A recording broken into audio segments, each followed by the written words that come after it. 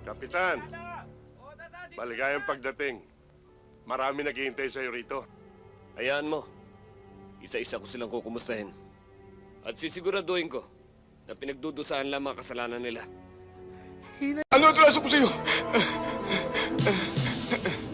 Hindi mo ako kilala. Anak ako ni Mayor San Diego. Dati akong patagal ng tatay mo eh. Hanggang mamatay siya eh. Namatay? O pinatay? Nasa ibang kasama mo? Ewan ko. Nagkawatak-watak na kami. Mula na mamatay ang tatay mo eh. Sinungaling ka, pare. Hindi oh. Totoo yun. Sino nagpapatay?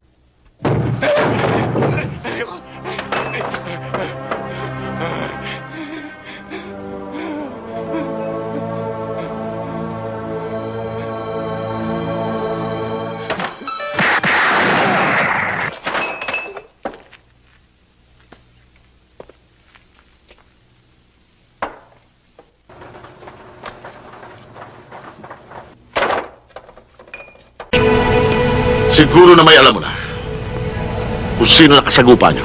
Hindi isang kagaya ninyo ang sisira sa pangalan ko. Malaki ang pagbabayaran mo sa ginawa mong pagsira sa aking anak. Huwag mong siguruhin, Castillo. Hindi lahat ng panahon kaya mong paikutin ng batas. Kapag sa amin tumapat ang liwanag, huhubarin ko yun ng poping suot mo. Tandaan mo yan. Subukan mo. Masyado kang madada. Kaya bagay lang sa inyong munti.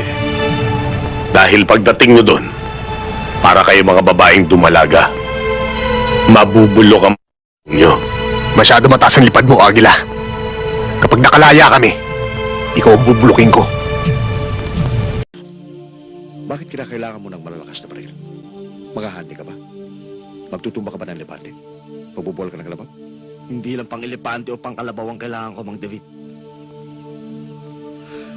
Kung meron kay pang demonyo, ibigay niyo sa akin.